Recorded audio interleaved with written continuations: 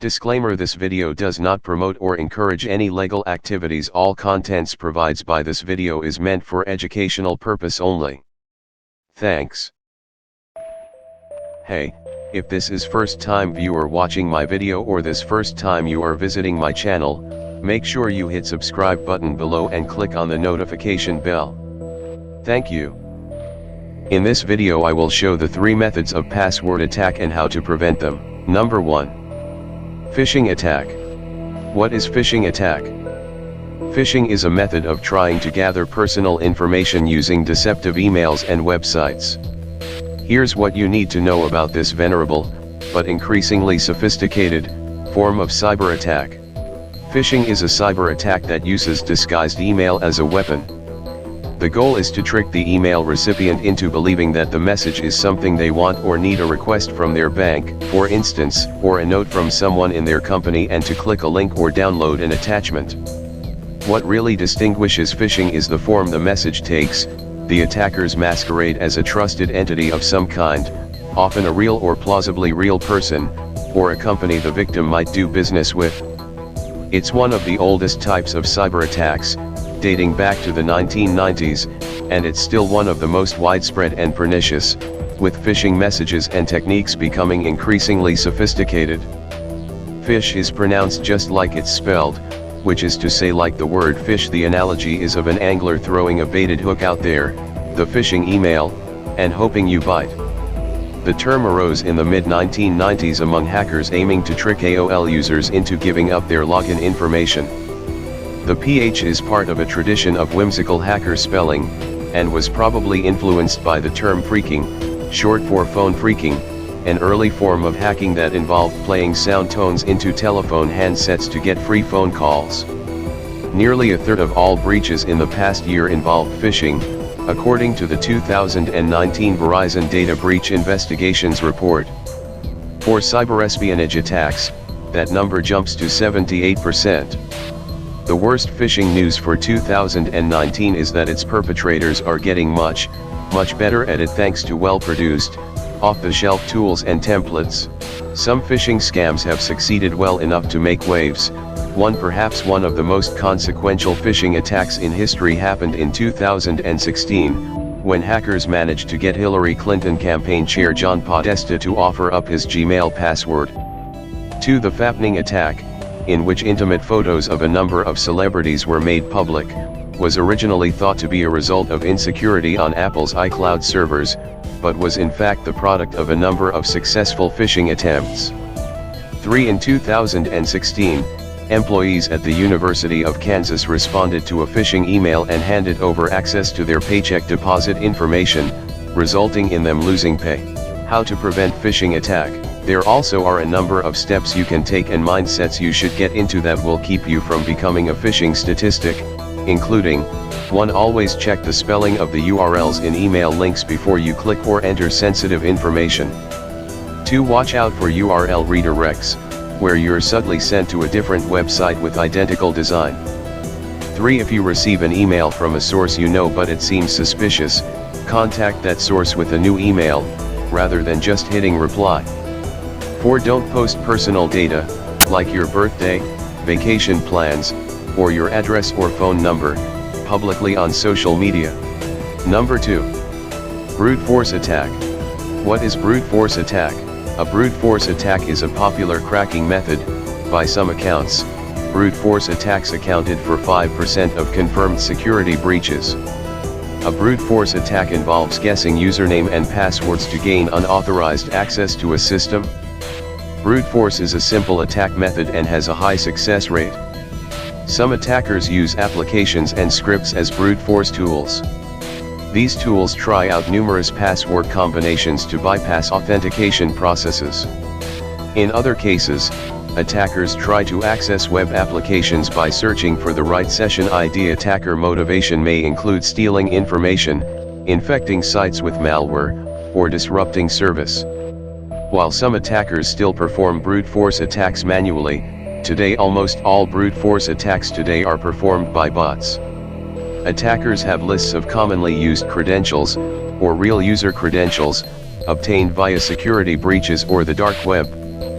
Bots systematically attack websites and try these lists of credentials, and notify the attacker when they gain access. How to prevent brute force attack?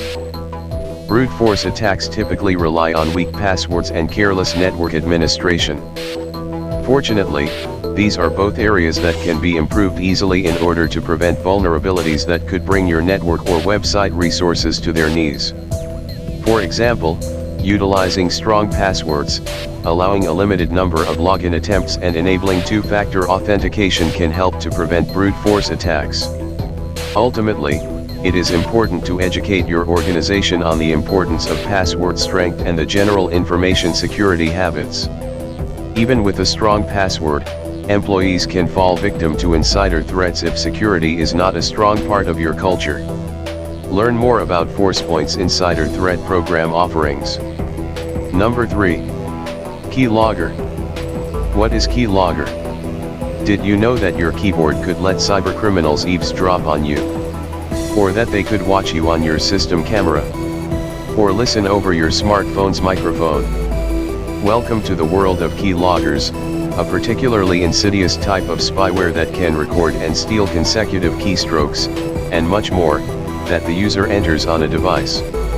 Although for our purposes, keyloggers operate in the context of malware, they are not always illegal to install and use. Keyloggers are a common tool for corporations, which information technology departments use to troubleshoot technical problems on their systems and networks or to keep an eye on employees surreptitiously. The same goes for, say, parents, who want to monitor their children's activities. Suspicious spouses are another market for keyloggers. In all such cases, if the organization or person downloading and installing the keylogger actually owns the device, then it's perfectly legal. And there are thousands of commercially available keyloggers on the internet, which advertise themselves for just such a use. However, the concern about keyloggers is when malicious actors are behind them. And they definitely do not own the device they infect. You don't know they've breached your computer, and depending on what kind of keylogger it is, it can steal any passwords you've entered, periodically take screenshots, record the web pages you view, grab onto your sent emails and any instant messaging sessions, as well as sensitive financial information, such as credit card numbers, PIN codes, and bank accounts, and then send all that data over the network to a remote computer or web server. There, the person operating the logging program can retrieve it all, no doubt sending it to third parties for criminal purposes.